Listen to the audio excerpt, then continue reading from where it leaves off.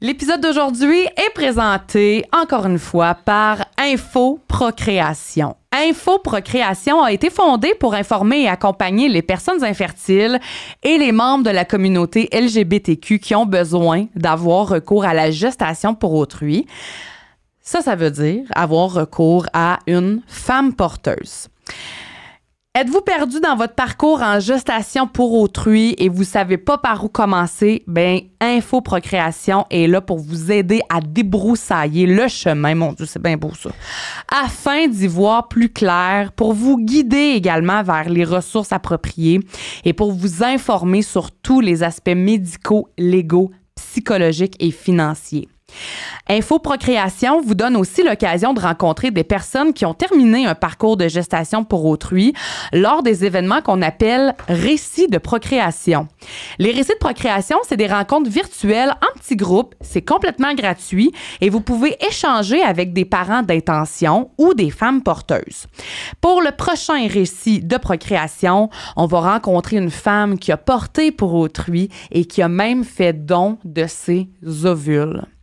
La séance va avoir lieu le 10 janvier 2024 entre 19h30 et 20h30 et vous pouvez vous inscrire en visitant le site web info-procréation.ca. Info Procréation, votre boussole en procréation assistée.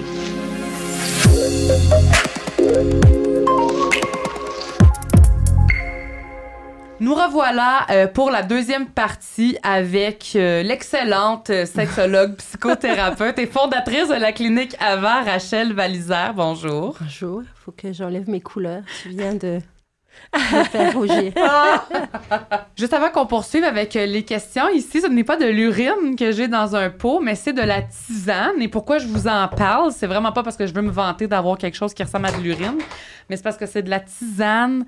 Ça a l'air qui favoriserait la fertilité. Et la compagnie, c'est Anne et Ellie Apothecary. Petite pub gratuite pour Anne et Ellie Apothecary. Alors voilà, je l'ai fait infuser hier, puis... Comme je suis en phase ovulatoire, il faut en boire du jour 1 jusqu'à l'ovulation. Alors voilà. Ça remplace pas les relations sexuelles. Non, pas du tout. Je tomberai pas enceinte. Seulement, on pouvait juste boire de la lame et tomber enceinte. Non, mais comment ça serait merveilleux. Ça serait Est-ce qu'elle est bonne, la tisane? Oui, c'est quand même léger. C'est vraiment pas, méchant, là. Parce que des breuvages pour les enjeux de fertilité, les clientes en il y en a des pas bons. Les champignons chinois, J'ai jamais entendu ça, les champignons chinois. Là. Comme moi, il là, y a des herbes chinoises, dépendamment des acupuncteurs ou naturaux que tu peux avoir. Enfin, il y a toutes sortes de choses. Là. Pas hallucinogène, là. Non. C'est pas des champignons magiques, là. Peut-être, mais ces méthodes-là, je ne les connais pas. On ne m'a jamais rapporté ça dans mon bureau. Non, parce que tu vois, moi, je savais pas. C'est sûr qu'il y a plein d'affaires que je sais pas qui existent, là, mais moi, c'est une amie qui m'a donné son restant de sachet qu'elle avait chez elle.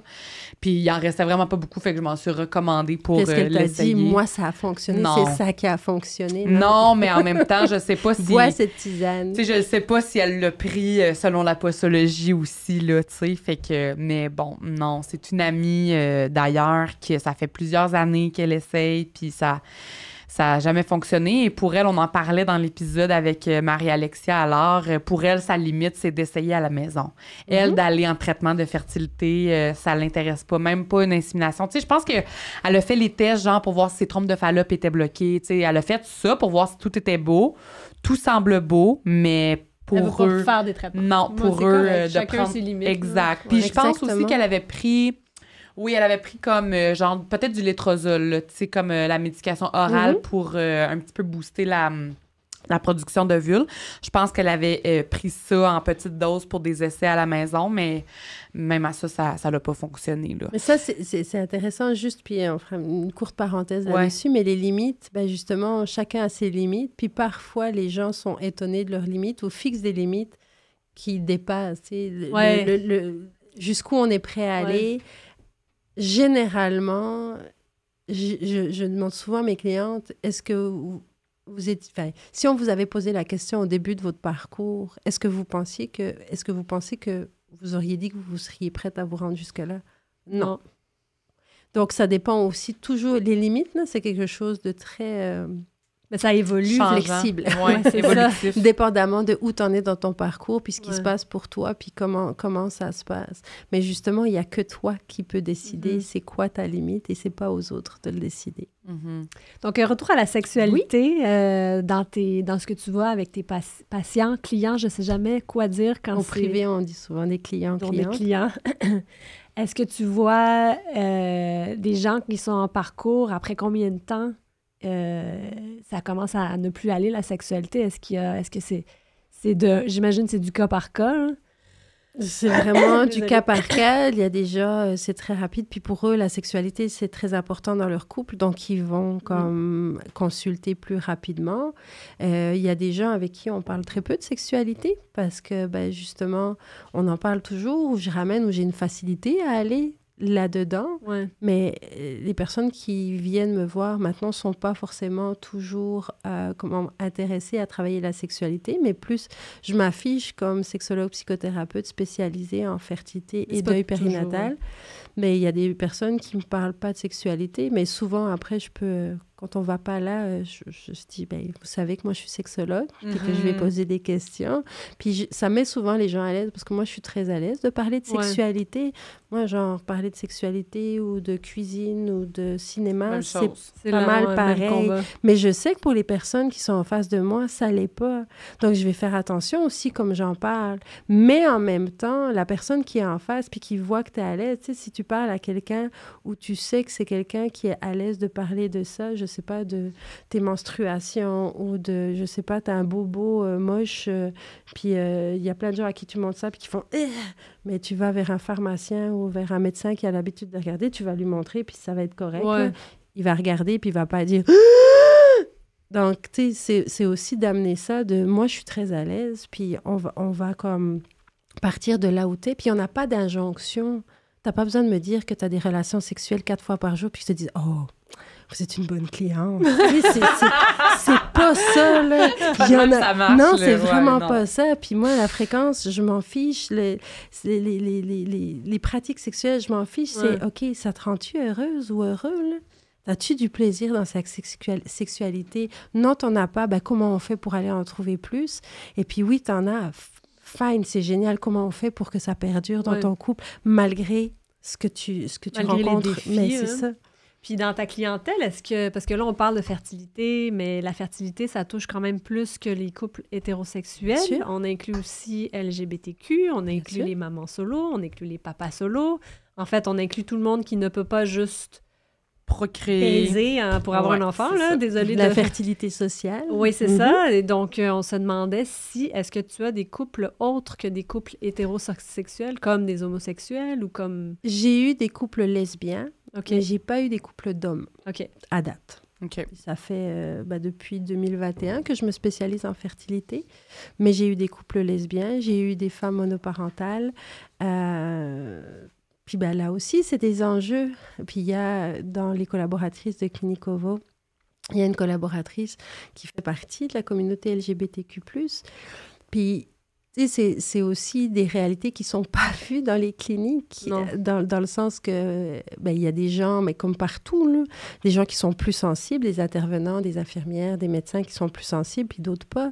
J'ai déjà un couple de femmes qui on nous a dit, OK, vous rentrez à la maison, vous pouvez, reprendre les essais maison. Puis c'est comme, OK. Genre, puis tu sais, ils parlaient pas, genre, d'avoir des inséminations artisanales, genre à la maison, là. C'était genre juste, vous pouvez reprendre les essais, puis t'es là, elles peuvent essayer longtemps. Très, très, très, très longtemps. 24 heures par 24. Ce sera pas une infertilité inexpliquée. Ça s'explique pas mal. Tu sais, donc c'est ça aussi puis tu sais, comme la réalité lesbienne de cette invisibilité parfois ou le manque de reconnaissance, mais tu sais, il y a des enjeux ethnoculturels dans les parcours de fertilité, la diversité sexuelle, clairement, il y a des enjeux, la grossophobie, tu sais, il y a plein de choses qui se rajoutent en plus et c'est important de les adresser parce que les personnes grosses qui ont des parcours en fertilité, c'est aussi extrêmement difficile parce que justement, tu dois atteindre un certain poids pour avoir accès à ton traitement. Mais atteindre ce poids, ça peut réactiver tes enjeux de troubles alimentaires et tout ça. Donc, c'est pas bon pour ta santé d'aller là. Mais si tu veux ton traitement pour avoir ton bébé, ben va falloir te remettre dans tes troubles alimentaires. Vicieux, là. Ben clairement, tu sais, puis c'est juste comment on pourrait faire autrement, accompagner mieux. Mais c'est pas tout le temps possible. Puis on s'entend qu'il y a une réalité. Tu sais, moi, j'aimerais... non, c'est pas que j'aimerais. Je suis idéaliste et j'aimerais que tout le monde puisse avoir accès à tous les traitements, d'avoir le meilleur accompagnement possible. Mais dans la réalité, c'est pas le cas, là. Puis qu'on ait n'importe quoi. Tu sais, tu parles de ton cancer, mais... Moi, je vois des personnes autour de moi qui ont des cancers aussi. Il faut être proactif en tabarnouche dans ton dossier. Il faut aller te renseigner. C'est ça. Puis, tu sais, les personnes où je vois qui vont chercher, qui challenge leur défient leur médecin. Hey, ça n'a pas d'allure aujourd'hui. Pour vrai, j'aime la langue française. J'adore la langue française. Je tiens à te remercier parce que moi, je suis tannée de voir notre langue française en déclin et qu'on soit... Non, mais parce que tu te reprends et je veux te féliciter parce que je suis pas certaine que j'ai déjà été témoin d'autres personnes dans mon entourage qui se reprennent quand ils utilisent des anglicismes. Et, mea culpa, moi-même, j'étais en train de faire ça, d'utiliser des anglicismes. Puis là, je me dis, mais où c'est qu'on s'en va? De changer des mots, des expressions. Podcast. Mais juste balado. Ça s'appelle un balado. Il faut dire balado. Alors, c'est pour ça que le plus souvent possible, j'essaie d'utiliser balado, mais podcast, c'est comme plus populaire. Facile, ouais, mais c'est plus le mot que les gens utilisent, tu sais. Et moi, quand on a parlé avec Anne-Marie par rapport à c'est un balado podcast. Je suis comme non, c'est la même chose. Puis j'étais là, oui, puis j'y ai pensé pendant 2 heures après. Ben oui. Tu sais, en tout cas, bref, à ma défense, mon ancienne job de journaliste et rédactrice, je suis quand même très pointilleuse. Elle me corrige même. Oui, mais j'aime ça parce que moi aussi, j'adore la langue française.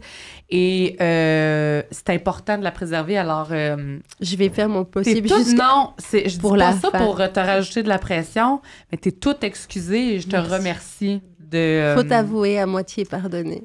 Exact. On a le droit de faire des erreurs. Alors, voilà, c'est tout pour ce segment de la francophonie.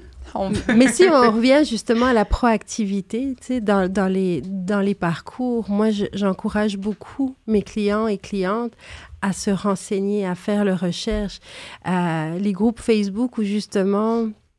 il y a beaucoup de solidarité. Les médecins n'aiment pas forcément toujours ça. Je comprends, tu sais, j'ai aussi... Parce qu'il y a de la il y a de la désinformation, clairement aussi. Puis c'est pas parce que Joséphine, puis Catherine, puis Marie-Claude, elles ont fait ça que ça va marcher. Pour tout le monde, oui. Puis qu'on est vraiment dans la recherche de solutions. Oui, mais pourquoi moi, j'ai pas eu ce test-là, puis elle l'a eu? Ça dépend des médecins. Il y a veut pas quelque chose qui s'appelle la parcimonie médicale où ils vont attendre que, t'as juste fait 2 fausses couches, on va attendre avant d'investiguer pour ci. C'est juste tant de temps.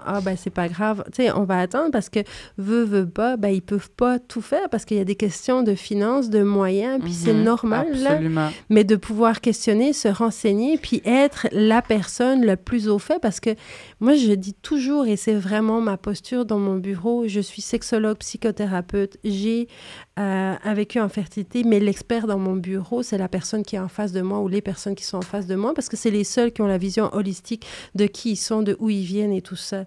Donc moi, c'est comment les accompagner, comment essayer de les amener à approfondir leur connaissance de soi, de développer des outils, d'aller mieux. Mais ça reste que c'est eux les experts. Puis en fertilité aussi, souvent, les personnes arrivent, puis elles se sentent plus comme en charge de leur dossier tant que ça. Elles attendent. Quand il n'y a pas de retour d'appel, elles attendent beaucoup. Puis je leur dis, vous avez le droit aussi de rappeler.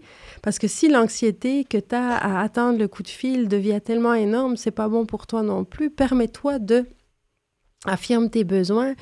Puis tu sais, je veux pas que les cliniques de fertilité soient fâchées contre moi en se disant « Ah, c'est à cause de cette sexologue-là que, genre, on nous harcèle au téléphone. » Non, pas pantoute.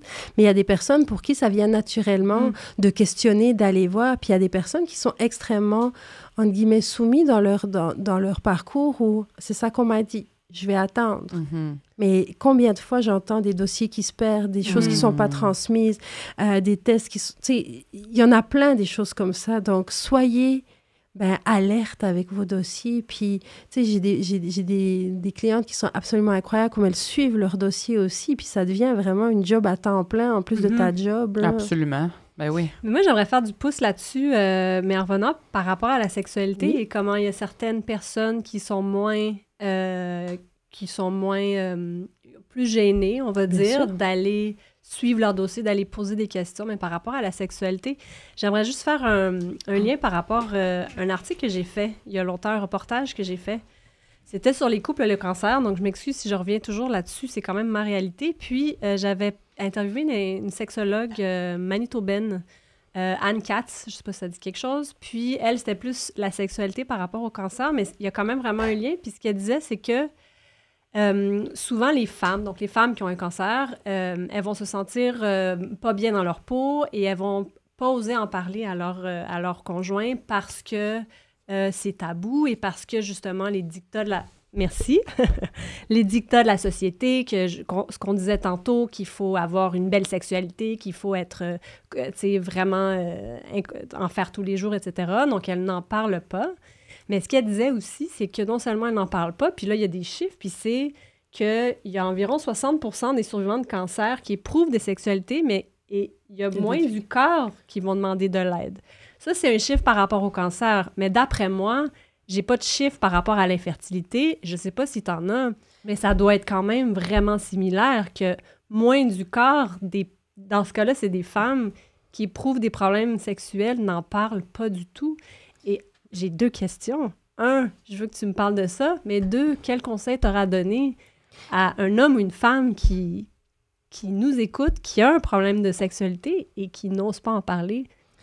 Bien, moi, j'ai travaillé beaucoup, puis ça, c'est pas par rapport à la fertilité, mais ça peut tout à fait se transposer à la fertilité en déficience physique, là. Ben, justement, à nouveau, lésions médulaires, AVC, sclérose en plaques. La plupart du temps, les gens, il n'y a personne qui adresse leur sexualité. Puis ce qui fait, c'est que je faisais souvent des jokes. Des blagues. Des blagues avec mes collègues et tout ça en disant, ben nos usagers dans le secteur public, là, on leur parle de leur selle tout le temps. Il y a même des petites illustrations où on te demande comment étaient tes selles à matin.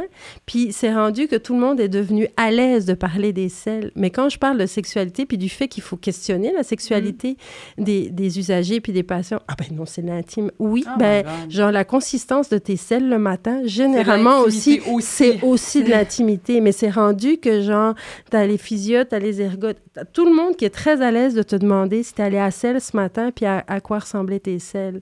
Mais les gens, ils ont dû apprendre à questionner la consistance des selles parce que ça ne devient pas naturellement. Si je te demande, Anne-Marie, peux-tu aller demander à Élodie comment étaient ses selles ce matin? Probablement qu'il y aura un petit mal. Ouais, mais il y aurait quand même quelque chose de... OK, pourquoi tu me demandes ça? C'est pas tes affaires, tu sais, pourquoi tu me parles de ça?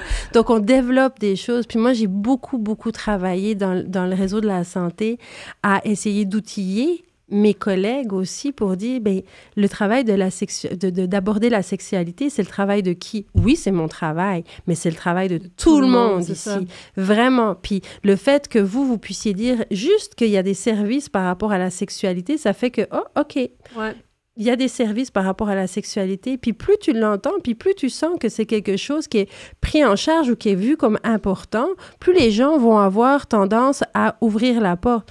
Peut-être pas la première fois qu'on pose la question, peut-être pas la deuxième fois que la porte est ouverte, puis peut-être la troisième fois qu'on leur ouvre la porte, ils vont dire « OK, cette fois, j'y vais. » Mais s'il n'y a jamais de porte qui est ouverte, il y a aussi quelque chose qui est internalisé dans le sens que tout le monde me parle de mes selles le matin, mais personne ne me parle de ma sexualité. C'est que je dois être bizarre de penser à ma sexualité à ce moment-là ou tout ça. Par rapport à la fertilité, c'est...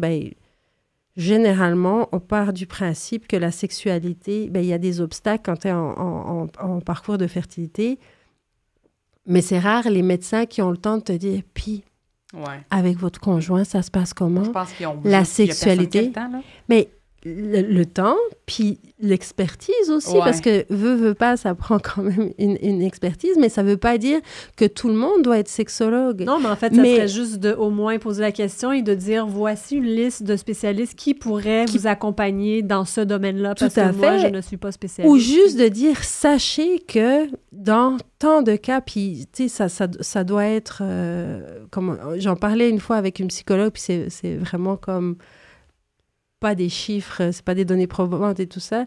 Puis on parlait d'une personne qui avait pas d'enjeu dans sa sexualité pour le moment, ou des enjeux moins. Elle disait, mais cette personne fait partie des 2% où la sexualité, elle est pas vraiment comme impactée. Mais à nouveau, il y a des personnes pour qui c'est pas si grave que ça. Puis il y a des personnes pour qui c'est la fin du monde. Puis tu sais, dans les enjeux aussi que tu disais, ça peut amener quoi l'infertilité dans un couple? Il y a des personnes qui se choisissent pour avoir une famille ensemble. J'ai choisi mon chum ou ma blonde pour être le père de mes enfants ou la mère de mes enfants. Le projet enfant ne se réalise pas. J'ai-tu envie d'être avec cette personne ou pas? Parce que j'ai choisi cette personne, parce qu'elle est stable, parce que je me vois, elle a des bonnes valeurs et tout ça. Mais c'est pas la personne qui vient me chercher le plus et tout ça. Donc, si ce projet-là ne prend pas forme ou ne devient pas une réalité, je reste-tu avec cette personne ou pas? Wow! Tu sais, ça peut aller loin. Puis veut pas, ben oui, on choisit nos partenaires pour avoir des enfants. Ben, quand on est en fertilité, c'est qu'on a choisi le partenaire, puis que si on a un bébé, c'est pas parce que, oups, genre, on a oublié de mettre le condom, là. Non, c'est ça. Donc, tu sais, il y a vraiment ces enjeux-là qui peuvent être présents. Moi, ça arrive que j'ai des clientes, ben oui, mais est-ce que je reste avec? Si on n'a pas d'enfant. Puis c'est correct aussi. Puis ces questions-là, il faut se les poser. Parce que moi, je dis toujours à mes clients et à mes clientes, il y a une fin aux enjeux de fertilité. On sort toujours de l'infertilité, mais pas forcément de la manière où on voulait en sortir. Parce que tout le monde n'en sortira pas parce qu'ils ont un bébé. Il y a des femmes qui vont sortir après un parcours de 15 ans parce qu'elles sont ménopausées. Mais à un moment donné, ça devient des femmes ménopausées qui ont été des femmes infertiles. Ça fait partie de leur identité, ça fait partie de qui elles sont, ça fait partie de ce qu'elles ont dû traverser, de leurs blessures de femmes. Mais c'est plus leur réalité là. Oui, ça a été leur réalité, ça fait partie de qui elles sont, mais c'est plus un enjeu. Alors après, il peut y avoir des projets alternatifs, on s'entend, de parentalité alternative qui sont tout à fait valides, mais qui ne sont pas comment dire, la réalité de tout le monde. Donc, comment on sort de la fertilité? On en sort, mais on ne sait pas comment on en sort. Puis est-ce que justement, par rapport à remettre en question tes projets de vie, tu sais, qu'est-ce que je fais si je n'ai pas d'enfant? OK, puis tu sais, ça, c'est le deuil que les clients ne veulent pas aller. Marie-Alexia Allaire, elle a dit, tu sais, pour certaines personnes, OK, j'ai pas d'enfant, qu'est-ce que je fais maintenant de ma vie? C'est vraiment quelque chose qui revient beaucoup, souvent, mais c'est un processus. Tu sais, vous en parliez aussi, on fait pas le deuil. Moi, on intègre le deuil, on vit avec, effectivement, mais c'est quelque chose qui va toujours faire partie. Et de ce deuil, de ces épreuves-là, les épreuves nous forgent et font en sorte qu'on fait des choses différentes. Puis après, ben justement, tu fais le podcast. J'ai Clinique Ava. Ouais. Balado! Merci Anne-Marie! Anne-Marie, t'as Infoprocréation. Tu sais, il y a aussi des personnes... Moi, j'ai une cliente qui est artiste, puis c'est OK, cette personne-là, je le sais, je le sens dans mon cœur qu'à un moment donné, elle en fera quelque chose dans sa discipline artistique. Puis c'est quelque chose qui va faire partie de son œuvre qui n'aurait pas été là avant. Puis tu sais, puis ça, c'est très controversé, puis peut-être que je me ferais comme lancer des roches, mais il y a des cadeaux avec l'infertilité. Mais ça, tu le dis pas à personne. Tu le dis pas. Ça, c'est sûr. Alors ça, j'entends, puis je te vois réagir. C'est clair et c'est net. C'est pas toi qui vas dire, genre, « Hey, t'as-tu vu ce beau cadeau? » Non. Parce que moi, en ce moment, j'ai envie de te dire, je vois aucun cadeau là, en ce moment. Là. Clairement. Mais si, à un moment donné, t'as ton bébé pareil, puis que t'as lancé ton podcast, puis que t'as fait la différence pour plein de gens, tu vas voir que dans toute la chenoute que t'as traversée, ben, il y aura eu ça. Mais c'est pas au thérapeute, puis c'est pas aux personnes de dire « Hey, as-tu vu le beau cadeau que t'as reçu? » Non, c'est aux personnes elles-mêmes de pouvoir voir à un moment donné avec du recul, puis ça dépend de ton parcours, là. Mais veux pas, l'adversité dans nos vies, ça nous montre aussi qui on est, ça nous fait traverser plein de choses, puis de voir justement comment les gens se réinventent, puis ce deuil horrible que tu n'as pas envie de faire, mais quand les personnes doivent vraiment le faire parce que de toute façon, il y a plein de deuils à faire encore, puis même si tu as tes enfants, il y a des deuils à faire. Ouais, le deuil de la mère parfaite que tu pensais être, puis que tu remarques la réalité. Puis tu sais, quand tu parlais justement des personnes de la personne qui t'a dit genre j'ai pas hâte, ben ça reste que moi, tu sais, là t'es dans tes enjeux de fertilité, peut-être qu'à un moment donné tu auras ton bébé dans tes mains puis tu vas te dire ah ben j'ai pas hâte, puis que tu vas parler avec une personne qui a des enjeux de fertilité puis tu vas l'avoir oublié parce que t'es plus là, et puis que c'est quelque chose où t'es réactive maintenant parce que toi, t'es en plein dedans puis t'en manges. Puis ça, ce qui participe des fois au problème, c'est que les personnes qui, finalement, ont leurs enfants, osent plus se plaindre. Et il y a beaucoup plus de dépression postpartum, d'épuisement maternel dans les personnes qui ont des enjeux de fertilité parce qu'ils demandent pas d'aide puis qu'ils ont peur qu'on leur dise « Hey, t'en as tellement voulu. Hey, tu te souviens quand tu me disais ça? » Moi, je me suis déjà fait dire ça à un moment donné parce que mon fils était très difficile au sommeil. Vraiment difficile. Et je me suis plaint, comme n'importe quel parent, parce que c'est pas parce que j'ai été infertile et que ça a été difficile que j'ai pas le droit d'être... ça difficile, là. Et quelqu'un m'a dit, ben là, tu le voulais, arrête de te plaindre. Mais pardon, comme... Moi, ça, genre, mes clientes, je leur en parle avant qu'elles tombent enceintes. Je leur parle si elles continuent de me voir quand elles sont... Je leur parle quand elles sont enceintes et je fais vraiment de la prévention. Ouais. Quand ça sera difficile, parce que ça sera difficile, genre, je veux que tu saches que il faut que tu ailles demander de l'aide et que tu as le droit, même si ton enfant, genre, tu l'as désiré vraiment pendant 7 ans. Il y a vraiment quelque chose de ça aussi où, tu sais, demander de l'aide et puis se donner le droit parce que veut pas, ben... Le rapport à la maternité, il est différent aussi. C'est des grossesses précieuses, c'est des enfants précieux. Ça ne veut pas dire que les autres enfants ne sont pas précieux, c'est pas ça que je dis, là. Mais, tu sais, les personnes veulent tellement bien faire. La pression qui se met aussi, les enjeux d'attachement. Tu sais, je veux tellement prendre soin parce que j'ai tellement voulu que je veux pas le maganer, mon enfant, mais... On magane tous nos enfants. Mais c'est quelque chose où c'est difficile aussi. Puis de voir que ben, c'est souffrant. Tu sais, justement, de se dire, OK, mais j'ai pas le droit parce que j'ai été cette personne-là où j'ai tellement jugé les autres que maintenant que c'est moi, comment je deal avec ça? Là? Puis c'est de prendre aussi conscience que ça parle de nous, beaucoup de où on est puis de ce qui nous écorche. Puis, si on peut revenir un peu à la sexualité,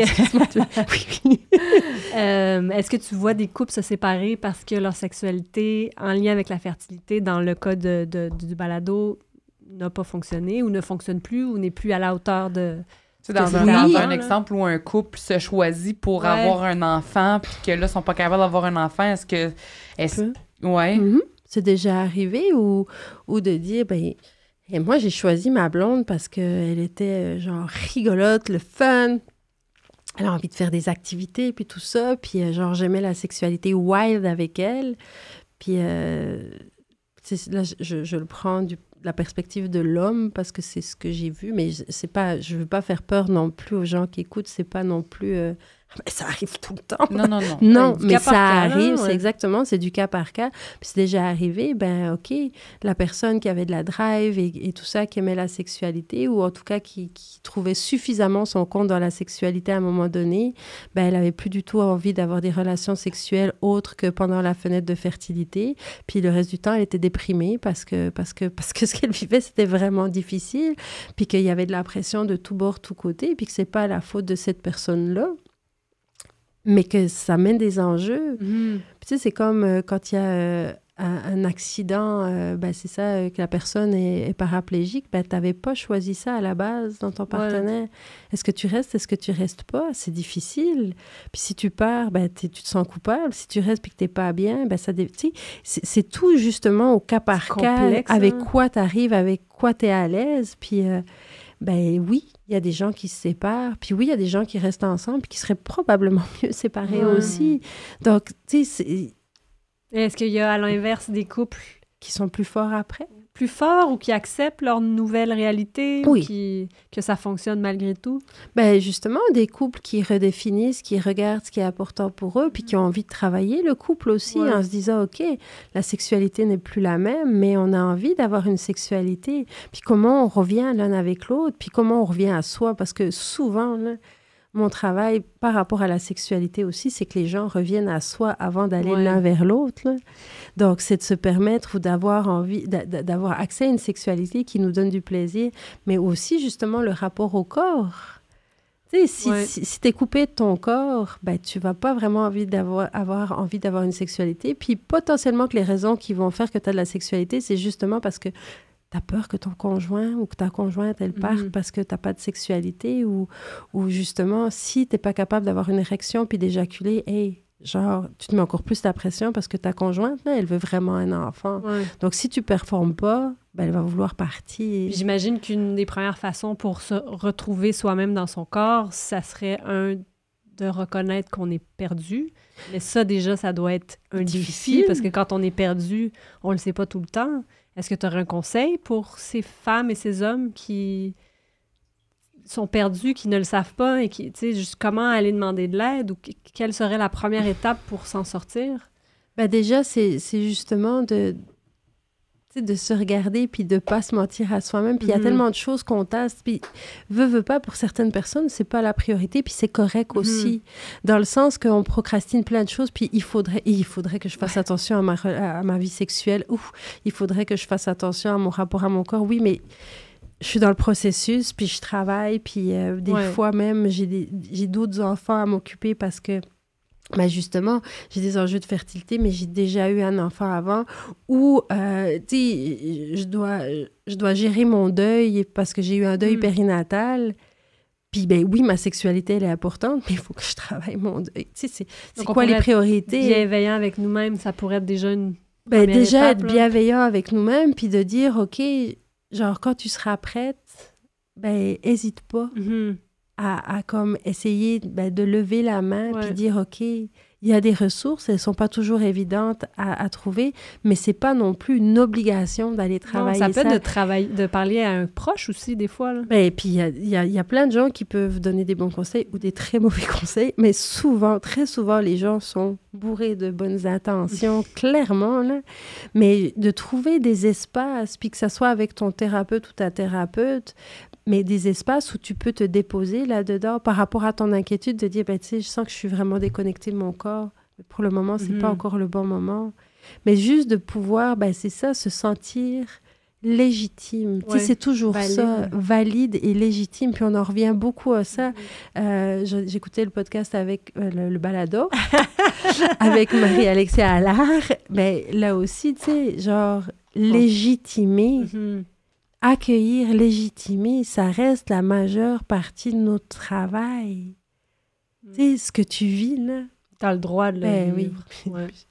Je sais, par rapport aux difficultés, oui, je sais que c'est Dieu, puis que tu te dis, mais quand tu disais que les gens te disaient que c'était normal, ce que tu ressentais, tout ça, oui, c'est normal, mais ça nous atteint tous de manière différente.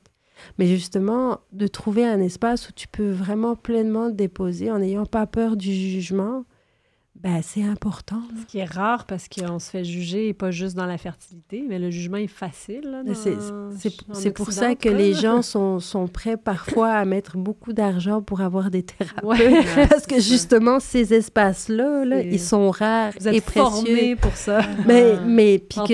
Puis que justement, tu sais, les gens tombent vite dans les conseils parce que la puissance est grande. Puis justement, parler de sexualité, les gens parlent beaucoup de sexualité, les médias parlent beaucoup de sexualité, mais les gens parlent très peu des vraies affaires de la sexualité.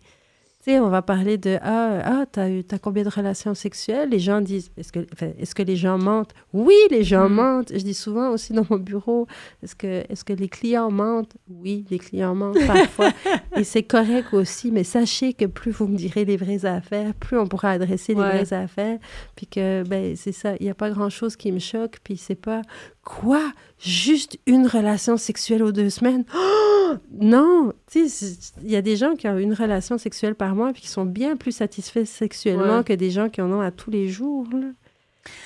On va devoir terminer bientôt, déjà, malheureusement, mais j'aimerais quand même aborder 2 petites questions rapidement avec toi pour rester dans cette thématique de l'appropriation du corps, de la pression qu'on peut se mettre pour performer. Est-ce qu'on peut observer aussi ce même genre d'enjeu dans un couple lesbien, par exemple? Je sais que t'as pas rencontré de couple d'hommes, mais dans un couple de femmes où, par exemple, dans des traitements de fertilité, il y en a une des deux qui va subir les traitements de fertilité avec la stimulation hormonale et tout ça.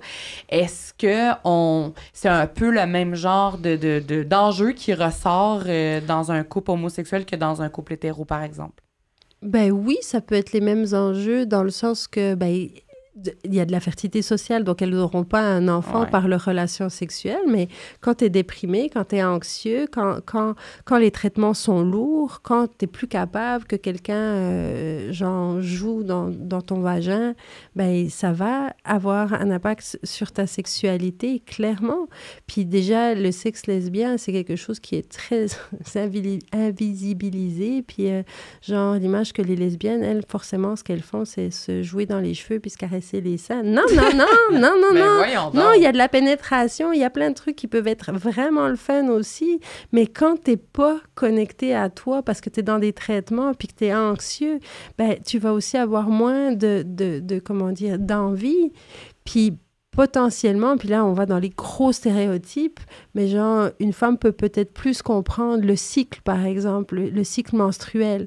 Donc, si ta partenaire est une femme, potentiellement qu'elle va peut-être mieux comprendre que ton cycle est déréglé, que les hormones, si elle a elle-même des SPM, peut-être qu'elle va se dire, je vois plus à quoi ça ressemble, puis si t'es la conjointe, tu vas lui expliquer, c'est comme les SPM que j'ai, mais fois 100 000. Peut-être qu'il y a plus de référents qui vont être corrects, ou plus parfois de dialogue, mais ça, à nouveau, c'est les gros stéréotypes. Il y a des couples hétérosexuels où le conjoint est très, très à l'écoute, et il y a des couples lesbiens où la partenaire n'est pas forcément à l'écoute non plus. Mais oui, ça peut se rejouer dans des contextes homosexuels, bien sûr. Dans une certaine époque avant nous, les femmes avaient des familles très, très nombreuses, 9, 10, 11, peut-être plus enfants, mais à un moment donné, il fallait stopper la femme parce que ça pouvait devenir dangereux pour la santé de la femme. Elle pouvait même y laisser sa santé. Tu me parlais en pré-entrevue d'une personne que tu connais qui a fait 26 fausses couches. Comment est-ce possible pour le corps d'une femme de survivre à ces traumatismes-là, hormonaux, et malgré toutes ces fausses couches, elle a réussi à avoir des enfants, là. Elle en a même 3. Elle a 3 enfants vivants, oui. Comment, je sais pas si tu es capable de m'expliquer ça, mais comment est-ce qu'on peut survivre à ça? Est-ce que y a un nombre maximal de fausses couches comme il y aurait un nombre maximal d'accouchements ou c'est pas la même chose? Moi, j'ai jamais entendu de nombre maximal, mais ça dépend aussi jusqu'où vont tes grossesses. Ouais. Si c'est une biochimique, oui, il y a une grossesse, mais ça demande pas le même effort à ton corps que d'amener un bébé que tu vas potentiellement perdre, mais à 32 semaines ou 18 semaines de grossesse. Donc, c'est pas la même chose. Et cette personne, elle a eu des arrêts de grossesse qui étaient à différents termes, mais il y a aussi eu passablement de fausses couches précoces ou de grossesse biochimique. Mais ça montre juste à quel point on peut être, dans la persévérance ou justement de ne pas s'écouter. Cette femme-là, par exemple, c'est fou, puis c'est pas une femme que j'ai eue comme cliente, là. C'est pas une de mes clientes. C'est pour ça aussi que je peux en parler comme ça. Peut-être qu'elle se reconnaîtra et qu'elle sourira que je parle d'elle aujourd'hui. Mais c'est une femme qui est allée dans... Pour elle, c'était pas une possibilité de pas avoir ses enfants. Puis elle est allée au-delà de son corps et des limites de son corps, mais à se mettre en danger. Ah ouais. À se mettre en danger parce que son désir était comme... Mais c'était même plus un désir, c'était une fixation aussi. Il y a quelque chose de plus grand. Puis c'est quelqu'un qui est neuroatypique aussi, qui fait partie de la comment dire, neurodiversité. Donc, son cerveau, là, il y avait un but à atteindre. C'est quoi la neurodiversité? Ben, les personnes qui sont sur le spectre de l'autisme. Ah, OK. Donc, il y a vraiment... Puis il y a différents, comment dire... degrés. Ouais. Puis avant, on parlait des fois des personnes Asperger. Les femmes Asperger sont beaucoup plus facilement invisibles parce qu'elles s'adaptent mieux. Mais c'est quelque chose... Enfin, elles s'adaptent mieux, elles arrivent mieux à masquer. Elles sont plus dans l'adaptation sociale. Mais cette personne-là, justement, elle est allée vraiment dans des traitements extrêmes. En plus, il y avait des maladies auto-immunes. Puis elle a fait preuve d'une force incroyable. Elle a réussi. Mais parfois dans l'inconscience aussi. Parce que dans les grossesses, elle a eu un enfant. Après, elle a eu d'autres fausses couches. Puis il y avait déjà des enfants présents. Donc, c'était se mettre en danger, elle aussi, de ne plus être présente pour ses enfants, pour les grossesses à venir. Ouais. Donc, puis c'est un parcours qui est jalonné de souffrance et tout ça, mais avec des belles réussites, avec justement 3 enfants vivants, un enfant qui enfin, il y a eu des fausses couches, mais pour elle, sa famille, c'est 4 enfants sur son livret familial, c'est 4 enfants. Et puis, ben justement, cet enfant-là aussi qu'elle a dû investir et qui n'est plus là, parce que elle se mettait aussi pour pouvoir aller de l'avant, ben tu t'arrêtes pas, tu sais, pour elle. Puis ça, c'est vraiment... le deuil et la souffrance n'est pas représentatif du nombre de semaines de grossesse. Puis ça, c'est très clair. Mais d'une personne à l'autre, pour elle, elle a une gradation entre une biochimique et une fausse couche précoce, puis un deuil. Je vais juste expliquer pour les personnes qui ne savent pas c'est quoi une grossesse, une fausse couche biochimique. En fait, c'est une fausse couche qui est survenue avant l'échographie de viabilité. Donc, avant, je pense, 7 ou 8 semaines, là, je ne sais pas exactement. Oh, même avant. Non, même avant. Même avant. Bien sûr. En clinique, c'est avant de détecter le battement de cœur. Mais comme moi, mettons, là, mon embryon, là, le cœur il a arrêté de battre vers la 8e semaine, puis on m'a jamais dit que je faisais une biochimique. Je pense que biochimique, c'est vraiment tôt, en fait. Il y a plein de biochimies qui sont même pas détectées. Oui, je sais, mais c'est quoi la limite de la biochimique? Je sais plus exactement, mais je pense vraiment pas que c'est l'échographie de viabilité, c'est avant. Okay. Je vais regarder vous ça. Pourrez, on va y puis je suis désolée de ne pas avoir la réponse mais je pense vraiment que c'est vraiment avant. Bon, on peut revenir au prochain épisode, oui. Anne-Marie. Vous reviendrez où je pourrais regarder puis vous envoyer l'information pour être sûre de donner la bonne information. Là. Mais c'est quelque chose où pour elle, ben, tu sais, c'est pas le même investissement, puis il y a comme une gradation. Donc pour elle, certaines de ces... Ben, les biochimiques, elle les comptait, mais elle les comptait pas tant que ça, ou des choses comme ça. Puis après, le cerveau essaye de faire aussi en sorte que ça fonctionne dans sa tête pour pouvoir aller de l'avant. Mais en sentant que cette femme-là, c'est... une femme avec une force absolument incroyable et un entêtement absolument incroyable, mais elle a perdu des plumes là-dedans. Puis maintenant, elle est maman de 3 enfants vivants, mais en sentant que son étiquette de femme infertile, elle est toujours là pour elle, pareil. Oui. Mais ce que quelqu'un ne comprendra pas forcément parce qu'elle a 3 enfants vivants. Ouais. Pourquoi elle se plaint? Ouais. Mais oui, mais cette personne a passé des années à n'être que infertilité, là. C'est tantôt, tu disais qu'il y a des femmes qui, après un parcours d'infertilité, qui réussissent à avoir des enfants puis qui oublient leur... Personnellement, j'ai pas l'impression que... Je me demande comment est-ce que je ferais pour oublier toute cette souffrance, tout ça. Ça veut pas dire que tu vas oublier toute cette souffrance puis tout ça, mais ça veut dire que parfois, tu vas genre juste pas être connecté à ça puis que tu auras peut-être... parce que j'aurai un enfant à m'occuper, tu sais. Mais justement, mais tu vas peut-être avoir comment dire... des phrases ou des remarques qui vont t'échapper, que si tu y repenses après, tu vas dire « C'est pas vrai que moi, j'ai dit ça », alors que moi, dans mon balado, et non mon podcast, bravo! Dans mon balado avec Anne-Marie, je disais ci, puis je disais ça, puis là, ça m'a échappé, puis après, tu vas avoir plein de culpabilité, beaucoup de culpabilité, puis ça va genre te prendre, puis ça veut pas dire que tu vas oublier ça, là. Ça va juste dire que des fois, ben, il y a quelque chose qui va peut-être t'échapper. J'ai une cliente la semaine passée qui me disait « Ah, ben, j'ai une de mes amies qui a eu des enjeux de fertilité. Là, j'ai dit que j'allais prendre un bain l'autre soir pour me détendre. Puis elle m'a dit « Hey, quelle chance! » Parce qu'elle est enceinte en ce moment, puis qu'elle ne veut pas prendre de bain chaud. Ben, on peut, là. Je pense ça dépend combien de temps tu prends, la température, puis tu peux prendre des bains, puis il y a des femmes qui ont pris des bains chauds sans problème, mais quand tu es dans un parcours, souvent les femmes font attention à ça, en tout cas pas trop augmenter leur température corporelle, puis elle m'a dit, mais quelle chance, puis c'est comme si elle avait complètement oublié, puis ma cliente était vraiment en colère. Mais c'est juste ça, c'est des petites choses qui vont potentiellement, peut-être qu'un jour, comme si tu as ton bébé, là, tu repenseras à moi, parce que tu diras quelque chose, puis tu diras « je me souviens qu'elle m'avait dit ça, puis je pensais que ce serait pas possible, puis c'est arrivé pareil. » Je comprends.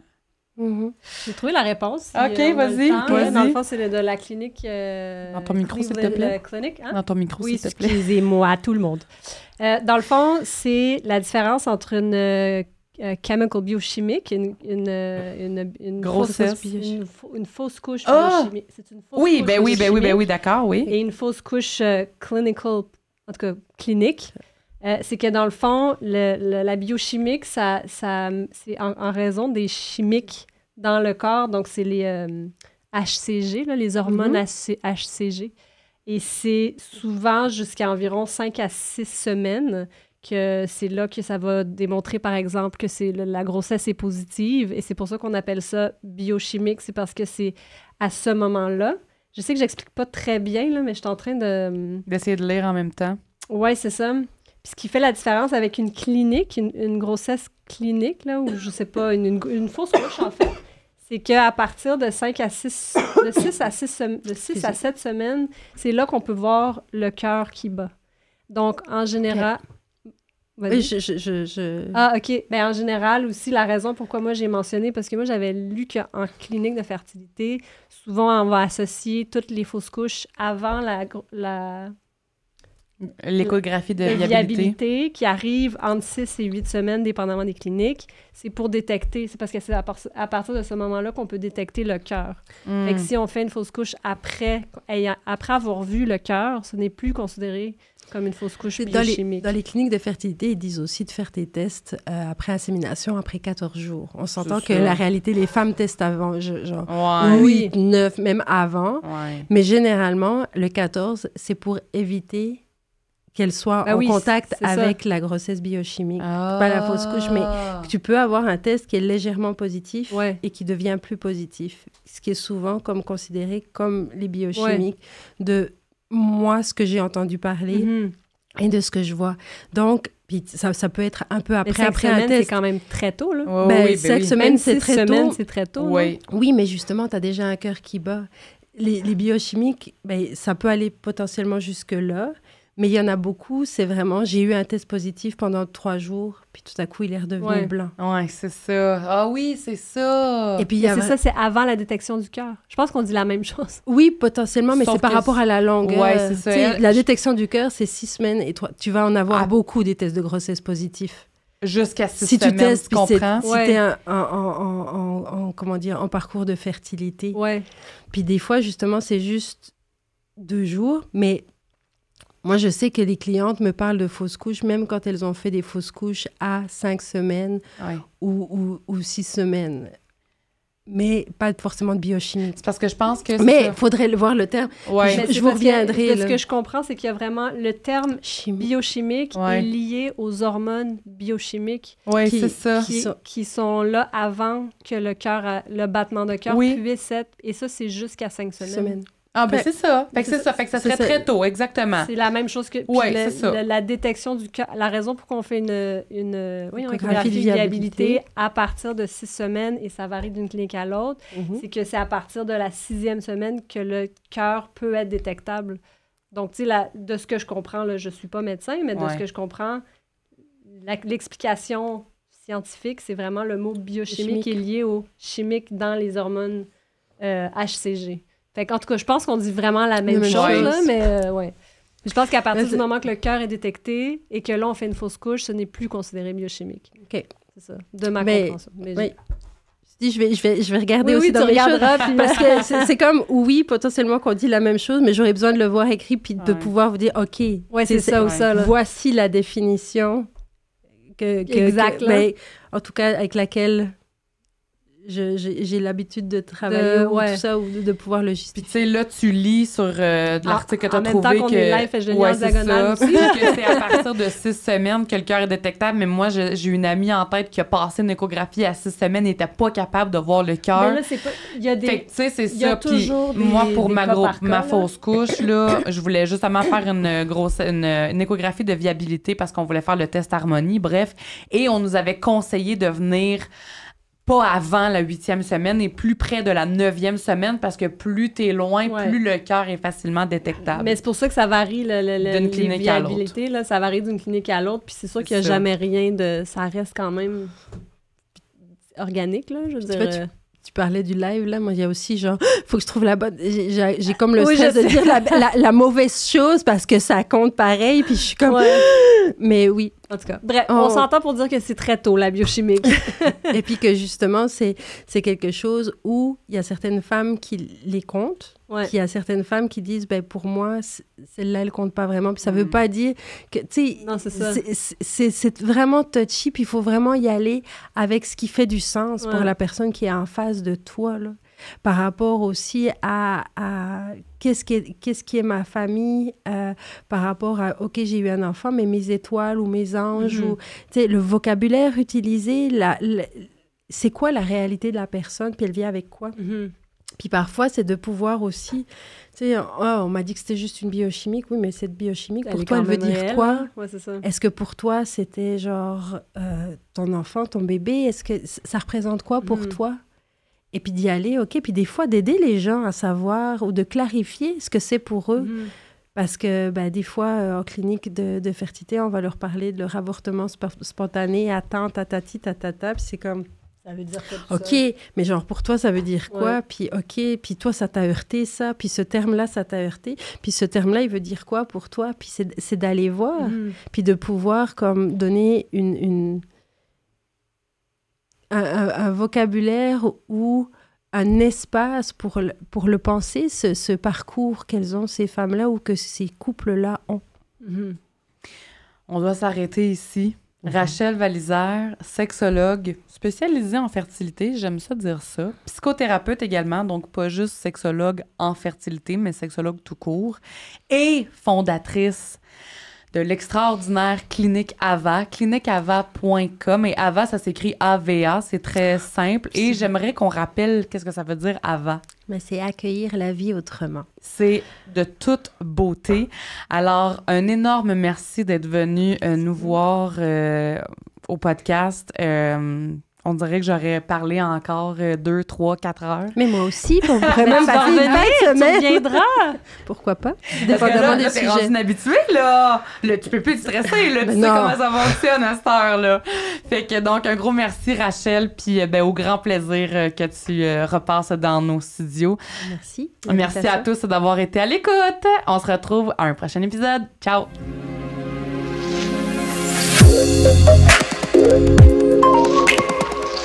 Thank you.